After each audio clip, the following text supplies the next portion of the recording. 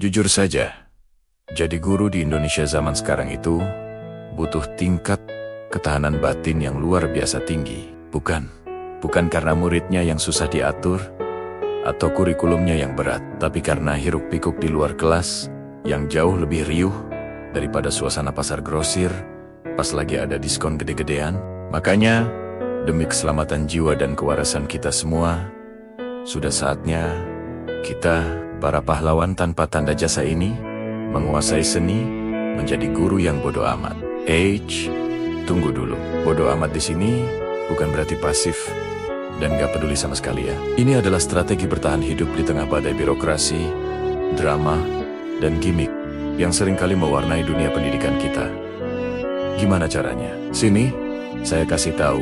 Pertama, cuekin drama panggung politik dan birokrasi. Kita semua tahu kan, sistem pendidikan kita ini, ya mohon maaf, seringnya kayak sinetron kejar tayang. Setiap ganti menteri, ganti pula judul programnya. Kurikulum berubah, kebijakan silih berganti, dan seringkali syarat dengan pertimbangan politik. Isu-isu panas dari Senayan, bahkan bisa sampai ke ruang guru, kayak debu yang gak diundang. Nah, disinilah seninya ketika Anda dengar kabar terbaru soal perubahan regulasi yang bakal bikin urusan administrasi makin ribet. Coba tarik napas dalam-dalam, hembuskan pelan-pelan, terus fokus lagi sama modul ajar atau RPP yang sudah terlanjur Anda buat semalaman. Fokus ke rencana pembelajaran yang sudah susah payah Anda rancang. Ingat, carut-marut sistem itu masalah mereka yang di atas sana, bukan urusan utama kita. Tugas kita apa? Memastikan murid-murid kita bisa bedain mana subjek, mana predikat, atau bisa menghitung perkalian sederhana dengan benar. Anggap saja berita-berita soal kebijakan itu kayak sinetron yang gak bakal pernah kita tonton. Toh, ujung-ujungnya yang dirombak cuma sampulnya. Isinya ya itu-itu lagi kan? Kedua, skip kebisingan media sosial dan gimmick sekolah. Pernah gak sih merasa iri lihat guru di media sosial bikin konten parodi dengan editing ciamik sampai banjir like dan komentar? Atau ngiri lihat sekolah lain ngadain acara seremonial yang megah dengan foto-foto selfie yang keren-keren? Kalau pernah selamat, Anda sedang terpapar penyakit yang namanya FOMO pendidikan, alias Fear of Missing Out. Disinilah seninya lagi.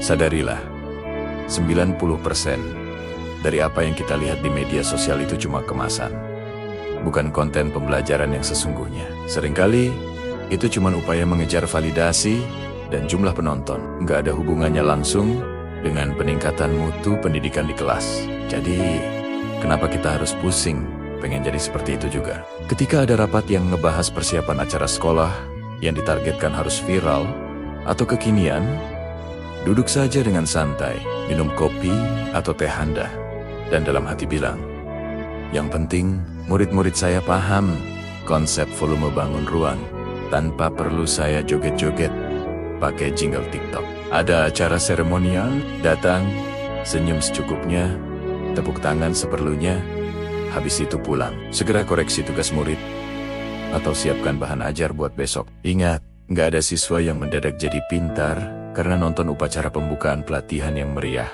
Tapi mereka bisa jadi pintar karena penjelasan Anda di kelas yang jelas dan mudah dimengerti. Ketiga, tolak dengan anggun segala bentuk pelatihan dan rapat yang tidak penting. Pelatihan itu seringkali ibarat kue lapis dalam dunia birokrasi pendidikan kita. Berlapis-lapis, kelihatannya manis di awal, tapi seringkali nggak bikin kenyang ilmu. Malah cuma nambah berat beban administrasi.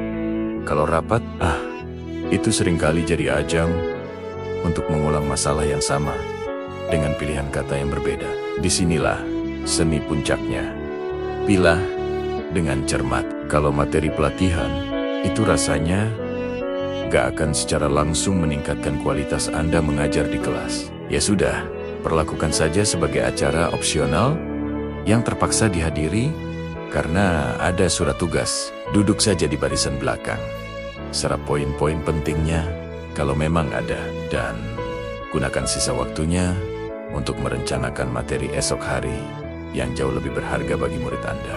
Tugas utama Anda adalah mencerdaskan anak bangsa, bukan sekadar mengisi daftar hadir di setiap acara dinas. Saya tahu, menjadi guru yang bodoh amat dengan cara seperti ini adalah sebuah aksi yang radikal, sebuah bentuk perlawanan sunyi terhadap kekacauan yang ada. Tapi, bukankah ini langkah yang tepat? Kita bisa memfokuskan seluruh energi kritis dan kreatif kita hanya untuk satu tempat yang paling penting, di dalam kelas, bersama murid-murid kita.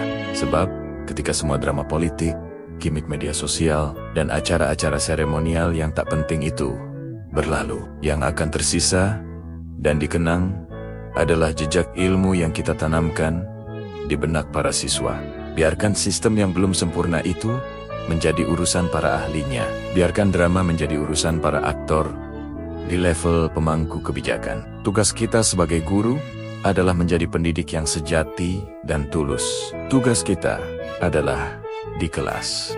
Terima kasih sudah menyimak sampai akhir. Semoga kita semua, para guru di seluruh Indonesia, senantiasa diberikan kewarasan dan kekuatan untuk terus mendidik dengan hati. Jangan lupa subscribe ya untuk konten-konten seputar dunia pendidikan lainnya. Sampai jumpa.